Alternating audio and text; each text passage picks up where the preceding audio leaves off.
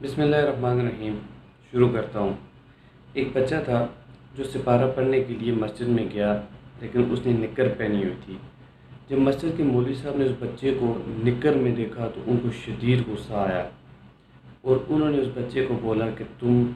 جہنم میں جاؤ گے کہ تم مسجد میں نکر پہن کے آئے ہو۔ تو وہ چھوٹا بچہ تھا، بہت زیادہ کنفیوز ہوا، ڈر گیا۔ وہ جب پریشان ہو کر واپس گھر میں گیا تو اپنے گھر میں جا کے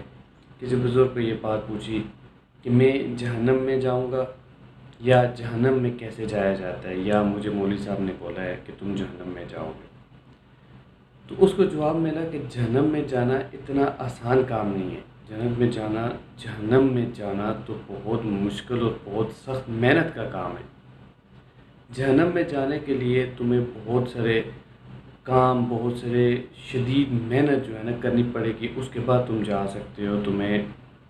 اللہ کی ذات سے بھروسہ اٹھانا پڑے گا، تمہیں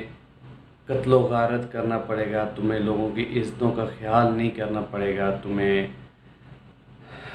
لوگوں کے اوپر ظلم و ستم کرنا پڑے گا، تمہیں انصاف سے منہ پھیرنا پڑے گا، تمہیں بڑوں کی عزت نہیں کرنی پڑے گی، تمہیں چھوٹوں پہ شفقت نہیں کرنی پڑے گی، تمہیں معاملات میں ہیرا پھیری کرنی پڑے گی، تمہیں کاروبار میں جھوٹ بولنا پڑے گا، تمہیں ملاوٹ کرنی پڑے گی، تمہیں ڈاکے مارنے پڑیں گے، تمہیں قاتل بننا پڑے گا، تب جا کے تم کہیں جہنم کے قابل ہو گئے۔ اور سب سے بڑھ کر اللہ سبحانہ و تعالیٰ اور نبی صلی اللہ علیہ وسلم کا منکر، ان سے امید، ان کے اوپر ایمان جو ہے اس کو ختم کرنا پڑے گا، تب جا کے تم اس قابل ہو گے کہ تم جہنم میں جاؤ گے۔ یہ تو بہت محنت کا کام ہے۔ تم اس بات کو اپنے دل کے اوپر نہیں لگانا،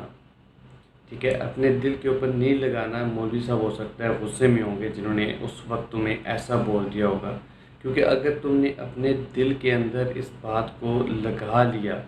تو پھر تمہارے دل میں صرف اور صرف اللہ کی ذات کا ڈر بیٹھ جائے گا۔ اس ذات کی محبت نہیں بیٹھے گی، اس بات کی محبت نہیں آ سکے گی، صرف وہاں پہ ڈر موجود ہوگا۔ کیونکہ ہم لوگوں کو کبھی بھی جب گائیڈ کیا جاتا ہے تو وہ اس طریقے سے کیا جاتا ہے کہ ہمیں خوف کے بجائے ڈر جو ہے نا، ڈر سے ڈرایا جاتا ہے اور پیچھے دھکیل دیا جاتا ہے۔ اللہ کی ذات کی محبت نہیں دکھائی جاتی، اس کے انعامات کے بارے میں نہیں بتایا جاتا، وہ پراپر گائیڈ نہیں کیا جاتا، اور جس وجہ سے ہم لوگ گمراہ ہو جاتے ہیں، پھر اس راستے پہ نہیں پہنچ سکتے، اور جس جگہ پہ پہنچنا چاہیے ہم لوگوں کو، یا جس طرف ہمیں جانا چاہیے جو ہماری زندگی کا مقصد ہے، وہاں پہ نہیں پہنچ سکتے۔ لہٰذا مہربانی کر کے اگر کوئی بندہ غصے میں یا کسی وقت کسی بچے کو، بڑے کو یا کسی دوسرے کو کچھ بات کہہ دے،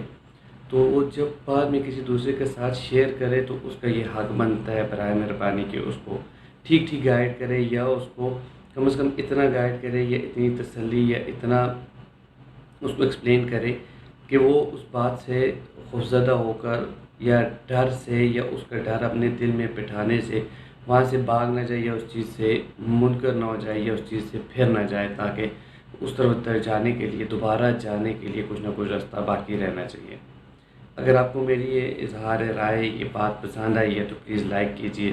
سبسکرائب کیجئے اور کمنٹ کیجئے